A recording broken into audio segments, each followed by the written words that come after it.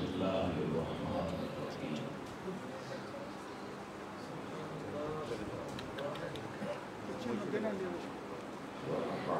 ادھر چلے جاؤ آپ اس طرح صدق اللہ مولانا العظیم پیچھے ہو جاتا وبلغنا رسوله النبی الکریم اللهم صل على سيدنا ومولانا محمد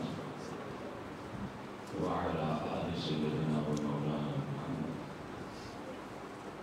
وأصحاب سيدنا ومولانا محمد وبارك وسلم صلاة وسلاما عليك يا سيدي يا رسول الله وعلى آلك وأصحابك وآل بيتك وأزواجك يا سيدي يا حبيب الله سبحان اللہ آقا و مولا الجام آبا سید عالم مجسم خاتم النبیین جناب محمد رسول اللہ صلی اللہ تعالی علیہ وسلم کی بارگاہ پاک میں آپ کی ولادت پاک سے منسوب اسماء مبارک کی محبوب گھڑیوں میں رب العالمین جل جلالہ کے گھر میں ایک فرض نماز ادا کرنے کے بعد دوسری فرض نماز کے دوران خوبصورت تحفے اپنی محبت پیش کرنے کے لیے آنے والے میرے بزرگوں، میرے بھائیوں، میرے عزیزوں، بالخصوص قیادت عزیز جناب علامہ محمد یوسف تبسم صاحب، عزیز القدر ملک محمد اسرار صاحب، نماز عشاء کوشش کریں گے اپنے وقت کے اور مجھے 4-5-10 منٹ کی تاکہ سے ہم انشاءاللہ ادا کریں۔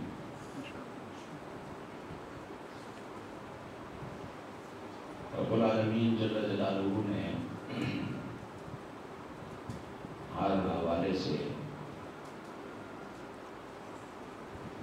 سید عالم علیہ السلام کو منفرد اور محترم رکھا۔ سبحان اللہ۔ میں اسی نسبت سے چند آپ کے جو خصوصیات تھیں، جو احساسات تھیں، ان پر مختصر تبصرہ پیش کر کے ہم انشاءاللہ نماز و دعا کی طرف بڑھیں گے۔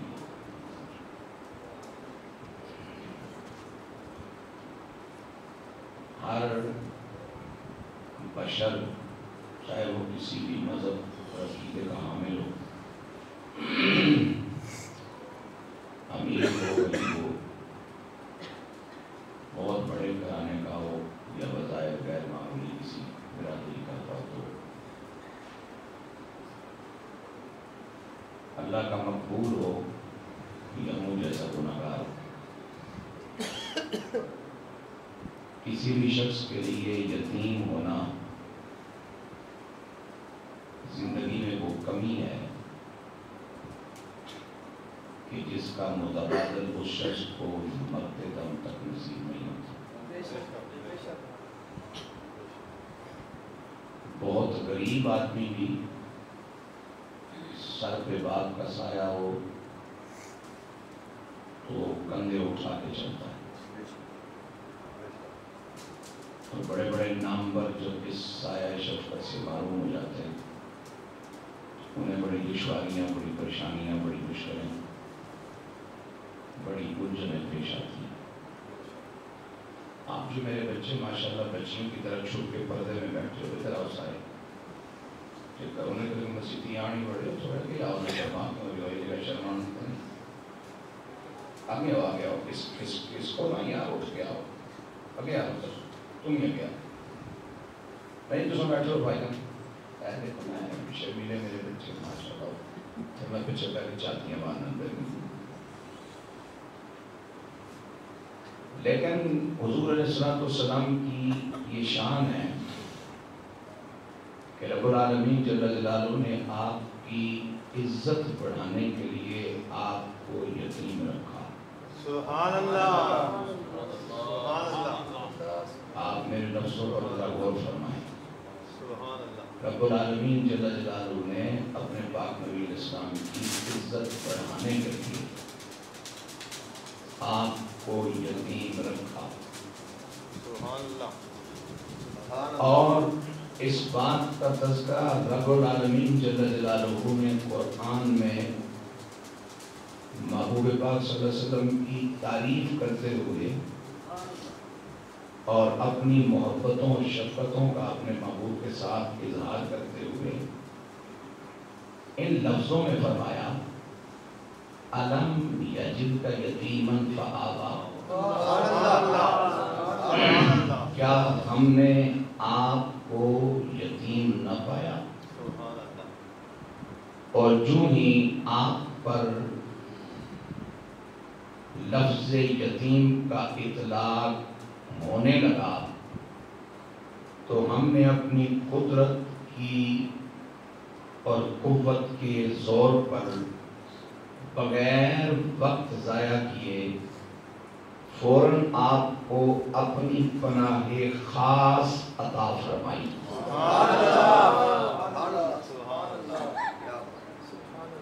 اب جو لفظ ہیں قرآن میں ان پہ ذرا توجہ چاہیے. علم یجد کا یہ وجدہ یوجدو سے ہے اور اس پروردگار جل جلالہ کے صفاتی اسماء میں سے ایک نام ہے الواجد جل جلالہ.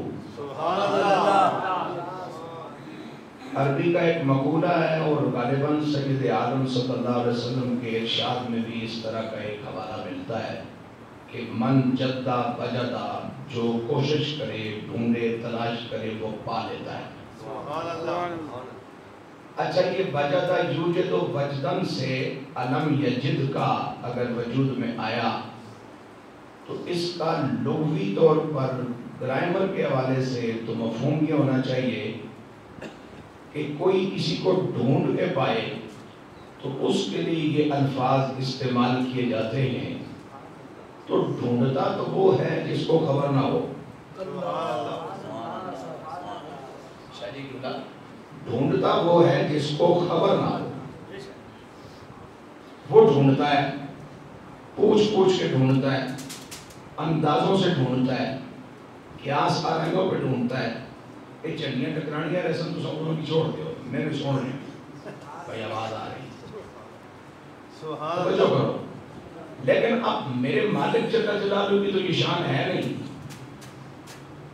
22,000 یا 18,000 سارے جہان، ہر جہان میں ساری مخلوقات ان کا خالق و مالک وہی، اور ایسا مالک نہیں ہے جو کہیں رکھ کر بھول جائے. ایسا مالک نہیں ہے کہ جو بے خبر ہو جائے. ہے جی حضرت عارف کڑی نے فرمایا تھا کہ آپ مکانوں خالی استوں کوئی مکان نہ خالی. آپ مکانوں خالی استوں کوئی مکان نہ خالی، ہر ویلے ہر چیز محمد رکھدا آپ سنبھالی.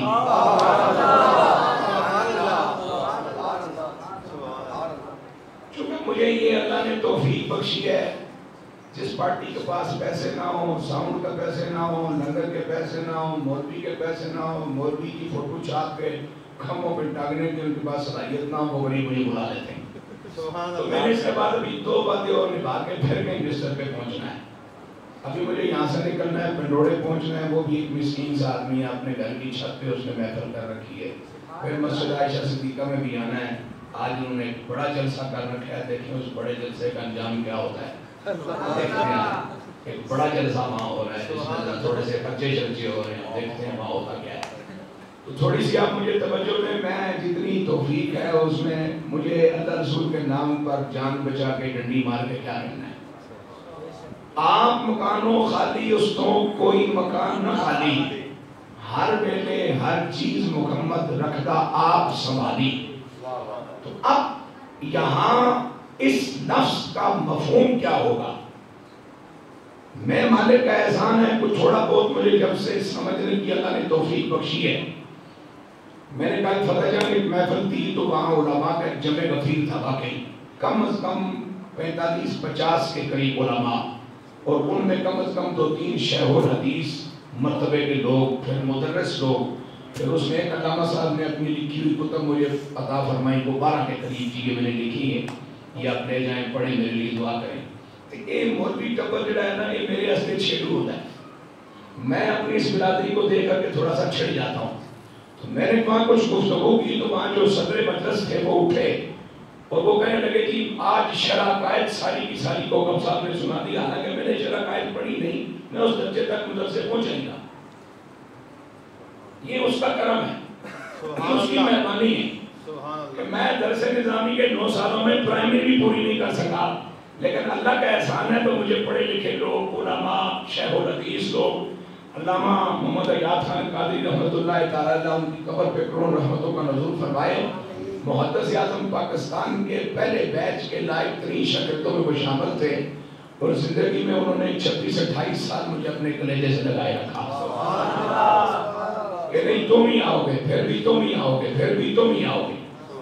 اور اب میں نے جا کر کے کچھ کتابیں پڑھی کچھ صوفیوں کو دیکھا تو میری 4تھی صدی ہجری کا تصوف کا پہلا رائٹر امام اجل سیدنا ابو طالب مکی رحمۃ اللہ تعالی علیہ کا ایک قول مبارک میرے سامنے آیا.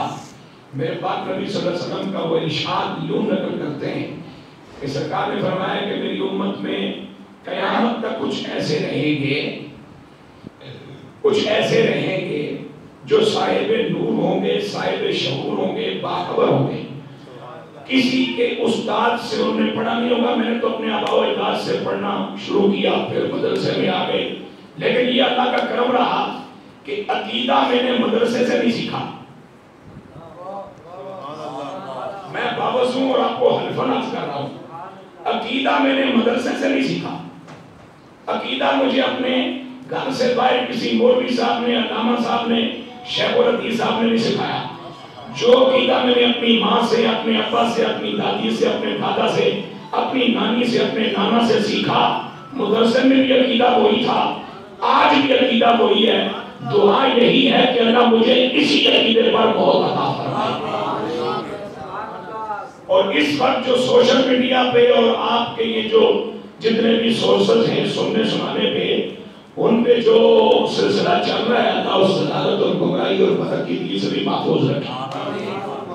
تو اب یہاں ڈھونڈنے والا معنی تو کیا نہیں جائے گا چونکہ میں جب بھی اللہ کا قرآن اٹھاتا ہوں تو میں تفسیر کو پڑھنے کے بعد پھر کسی صوفی کو بھی لازمی پڑھتا ہوں اس لیے کہ مفسر بیان کرتا ہے لفظوں کا معنی مفسر بیان کرتا ہے لفظوں کی تشریح اور صوفی بیان کرتا ہے معنی میں موجود راز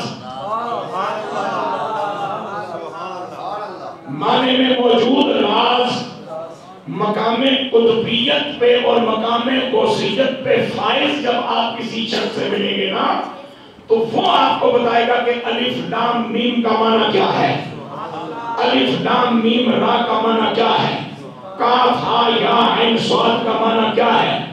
مفتی صاحب کی آپ جناب والا کان میری طرف متوجہ ہو گئے. ہمیں صدیوں سے درس نظامی میں یہی پڑھایا گیا کہ الف لام میم را کاف ہا یا عین صاد خام میم نون یہ جتنے اس طرح کے حروف ہیں یہ حروف مقطعات ہیں اور ھذا سر بین اللہ و رسولہ یہ اللہ اور اس کے رسول کے درمیان راز ہے. لیکن سوال یہ ہے کہ میرے اور آپ کے آقا علیہ السلام نے اپنی امت کو جو تعلیم ارشاد فرمائی جو تربیت ہماری فرمائی اس میں ایک بات یہ بھی ہے کہ تم میاں بیوی آپس کے راز بطور میاں بیوی اپنی اولاد کو بھی کبھی نہ دینا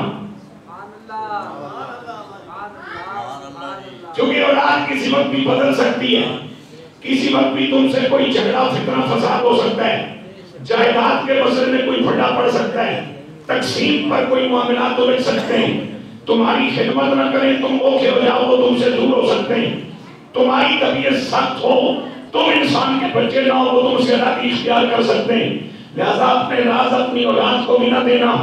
یا اللہ تیرے نبی نے ہمیں بتایا کہ بطور میاں بیوی ہم اپنے راز اپنی اولاد سے بھی شیئر نہ کریں، تو اگر یہ الف لام میم تیرے اور تیرے نبی کے درمیان راز ہی ہے تو پھر اس کتاب میں کس لیے ڈالا گیا جو ہماری ہدایت کے لیے آئی تھی؟ کیا ہم حروف مقطعات کو ادا کر دیں؟ کیا ان کی تلاوت کرنا چھوڑ دیں؟ کیا ان کو تجسس کے ساتھ نہ دیکھیں؟ کیا ان کو ڈھونڈیں اور تلاش نہ کریں کہ ان میں کیا ہے؟ سبحان اللہ. تو وقت کے ولی کامل شیخ عبدالعزیز دباغ رحمت اللہ تعالی کے ملفوظات مبارک پر مشتمل، آپ کے ارشادات مبارک پر مشتمل مجموعہ الابر شریف، جس میں آپ نے حروف مقطعات پر پورا باب باندھا اور یہ بتایا کہ اللہ رب العالمین کسی ولی کو اس وقت تک مقام قطبیت پر اور مقام غوثیت پر، یہی فرمان پیران پیر دستگیر کا ہے، یہی فرمان سیدنا شیخ محی الدین ابن عربی رحمت اللہ تعالی کا ہے کہ قطب اور غوث جب کوئی ولی اس مقام پہ پہنچ جائے تو پھر اللہ رب العالمین اسے حروف مقطعات کا معنی عطا فرما دیتا ہے۔ اب اگلی بات سنو، یا رسول اللہ میں بطور میاں بیوی اپنے راز اپنے بچوں کو نہ بتائیں تو تو نے اپنے اور اپنے نبی کے راز قرآن میں کیوں ڈالے؟ فرمایا تاکہ اپنوں کو بتائے جائیں، اس لیے کہ اولاد تیری اپنی رہے یہ کوئی گارنٹی نہیں، لیکن جسے میں غوث اور قطب بنا دوں وہ جنت تک میرا اور میرے نبی کا ہی رہے گا۔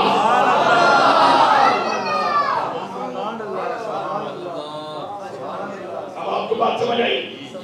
اب سنیے، اب چونکہ صوفیاء کو بھی ڈھونڈنا ہے، چونکہ انہوں نے قرآن کے اسرار بیان کیے، انہوں نے قرآن کا حال بیان کیا، کال کی بات نہیں تھی، کال کے اندر جو سبب تھا وہ بیان کیا، جو اشارے تھے، جو رموز تھے، جو لطائف تھے وہ بیان کیے۔ وہ کہتے ہیں یہاں اللہ یا جن کا معنی یہ کرو کہ محبوب ہم توجہ میں رکھے رہے، ہماری توجہ آپ کی طرف تھی ہے رہے گی۔ اب توجہ سے دیکھنے کو ڈھونڈنے کے بارے میں استعمال کیجئے، چونکہ ڈھونڈتا تو وہ ہے جو بے خبر ہو، اور میرا نام تو کسی چیز سے بے خبر نہیں۔ اب توجہ سے دیکھنے کا معنی کیا ہے؟ محبوب حریم کبریائی میں تھے، توجہ سے دیکھا، وہاں سے نکلے جبین آدم میں پہنچے، توجہ سے دیکھا، مختلف جبینوں میں آتے رہے، توجہ سے دیکھا، مختلف پیشانیوں میں آتے رہے، توجہ سے دیکھا، مختلف رحموں میں آتے رہے، توجہ سے دیکھا، جناب عبدالمطلب کی جبین میں جم کے توجہ سے دیکھا، جناب عبداللہ کی جبین میں جم کے توجہ سے دیکھا، جناب آمنہ کے رحم پاک میں آئے، توجہ سے